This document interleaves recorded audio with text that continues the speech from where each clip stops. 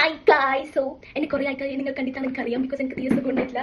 ജലദോഷമായതിനെ കുറച്ച് ജലദോഷം പനിക്ക് വന്നുകൊണ്ട് എനിക്ക് വ്ലോഗ്സിൽ വരാൻ പറ്റില്ല. സോ ഇന്ന് ഞാൻ എന്താക്കാൻ വന്നതെന്ന് വെച്ചാൽ today I am planning to make Maggi for my sister. ഓൾക്കൊന്നും ഉണ്ടാക്കാൻ പറ്റില്ല. സോ ഞാൻ ഇത് ഉണ്ടാക്കി കൊടുക്കാൻ വിചാരിച്ചു. Let's see how it turns out. മാഗിക്ക് കുക്കൊക്കെ ഭയങ്കര പ്രൊഫഷണൽ കുക്കാണ് ഞാൻ. അങ്ങനെ പറ്റില്ല. ഓക്കെ, സോ അതിന് വേണ്ടി നമുക്ക് വേണ്ടത് സവാള, പാതി ഹാഫ് സവാള. Let's cut it into pieces. അടുത്ത ചെയ്തിരിക്കും ഭയങ്കര സ്പൈസി ഇഷ്ടമുണ്ട്. 2 മുളക് പറഞ്ഞു. വെജിറ്റബിൾസ് കട്ടാക്കിയ ശേഷം നേരെ സ്റ്റവ് ഓൺ ആക്കി കൊടുക്കുക. എന്നിട്ട് ഒരു പാത്രം വെച്ച് കൊടുക്കുക. എന്നിട്ട് അതിലേക്ക് കുറച്ച് വെള്ളം ഒഴിക്കുക.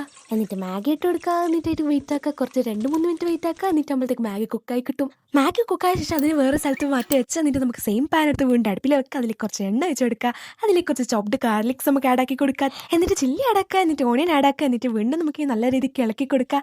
എന്നിട്ട് നമുക്ക് soya sauce, pizza sauce, tomato sauce, pepper powder എല്ലാ സാധനങ്ങളും ഇട്ട് കൊടുക്കുക. എന്നിട്ട് ലേശം വെള്ളം ഒഴിച്ച് നമുക്ക് നമ്മുടെ മാഗി മസാല ആഡാക്കി കൊടുക്കുക.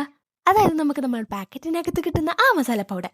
എന്നിട്ട് മസാലയും വെള്ളമൊക്കെ നന്നായിട്ട് ഇങ്ങനെ മിക്സ് ആക്കി കൊടുക്കുക. എന്നിട്ട് നല്ലൊരു പെർഫെക്റ്റ് മസാല കൺസിസ്റ്റൻസിയിൽ ആക്കി എടുക്കുക. എന്നിട്ട് ഒരു 1 മിനിറ്റ് വെയിറ്റ് ആക്കിയാൽ മതി. അപ്പോൾ മസാല റെഡി ആയി കിട്ടി. ഇനി നമുക്ക് നമ്മുടെ നേരത്തെ മാറ്റി വെച്ച മാഗിയിലേക്ക് ഈ മസാലയും കൂടി ചേർത്ത് കൊടുക്കുക. എന്നിട്ട് ഇതിലേക്ക് ചില്ലി ഫ്ലേക്സും ഒരിഗാനോ ആഡാക്കി കൊടുക്കുക. ഇറ്റ്സ് ഓപ്ഷണൽ, വേണമെങ്കിൽ ഇട്ട് കൊടുക്കുക, ഇല്ലെങ്കിൽ നിർബന്ധമൊന്നുമില്ല. അതും കൂടി ഇട്ട് എല്ലാം കൂടി നല്ല പോലെ മസാല ഒക്കെ എല്ലാ സ്ഥലത്തെത്തുന്ന പോലെ മിക്സ് ആക്കി കൊടുക്കും. അങ്ങനെ നമ്മൾ മാഗി റെഡിയായി. അത് ഞാൻ അതിലേക്ക്